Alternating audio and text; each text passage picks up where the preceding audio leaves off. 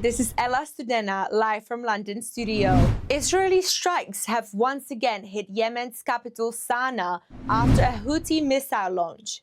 According to the Houthi-run health ministry, at least 6 people were killed and 86 injured when Israeli warplanes targeted multiple sites, including a military compound housing the presidential palace, 2 power plants, and a fuel storage facility. The strikes came in response to repeated Houthi missile and drone attacks, including a ballistic missile launched Friday believed to carry submunition designed to detonate on impact. Footage showed a massive fireball lightening up the night sky over Sana'a, followed by heavy black smoke. Houthi media reported further attacks on an oil company facility and the Hazis power station, which has also been targeted earlier this month.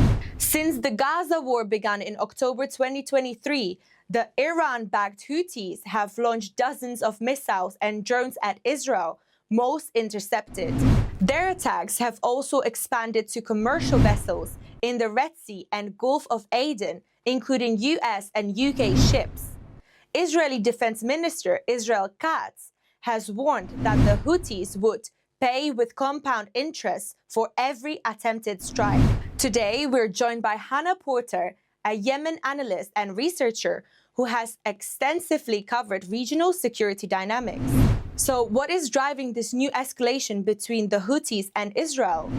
So it's not quite renewed. The Houthis have consistently been targeting Israel since around the 7th of October 2023. Now, there have been some pauses and some ups and downs in terms of the frequency of targeting, but the Houthis have made it clear repeatedly, no matter what kind of airstrikes they sustain, what kind of targeting they sustain from Israel or the US, that they will continue this campaign against Israel. And we have seen them to be true to their word. So we've seen a series of very severe airstrikes in Al Hudaydah. We've, of course, seen the previous airstrike in Sana'a as well, near the Sana'a airport, and now the airstrikes today. And I have no doubt that this will not change the Houthi calculus, quite the opposite. The Houthis will continue to target Israel.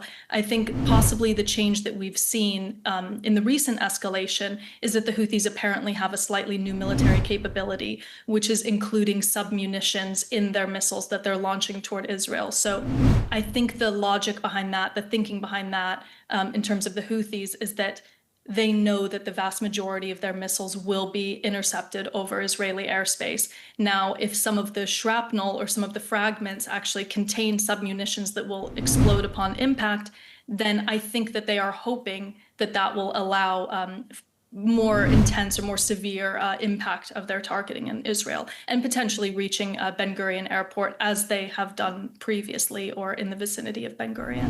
So with these reports of the Houthis using these cluster munitions, we did hear that in retaliation, Israel struck a military base near Yemen's presidential palace for the very first time. So all kinds of firsts seeming to be taking place at the moment. What does Israel's move targeting a base near a presidential palace say? What kind of message does it send?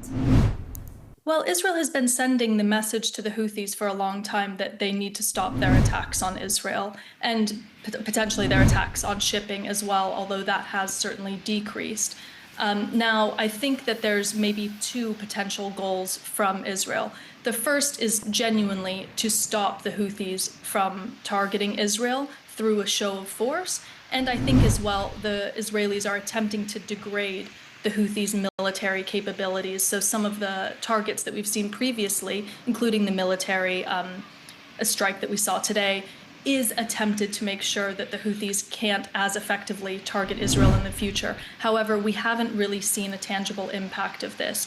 It's as if the Houthis feel the blow from Israel and then quickly regroup, as the Houthis always do, and then, resupply their weapons stocks, resupply their missiles, and then just continue launching missiles at Israel. So again, I think we're just going to continue to see an escalation.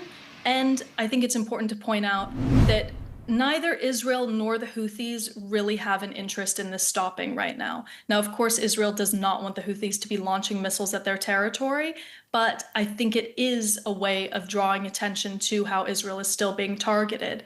At the same time, the Houthis use this in a very, very effective way as a form of propaganda to gain support both locally and regionally, and I think as well internationally, because they are attacking Israel in the midst of obviously the horrors that we're seeing in Gaza.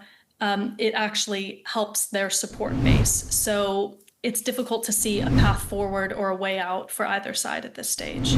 Hannah Porter, thank you so much for joining us and sharing your insights on this complex and dangerous escalation.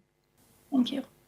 The latest Israeli strikes on Sana'a represent a significant intensification of the conflict, directly targeting critical infrastructure and proximity to the Houthi leadership. With both parties demonstrating no signs of de-escalation, the situation poses a serious risk of further regional instability.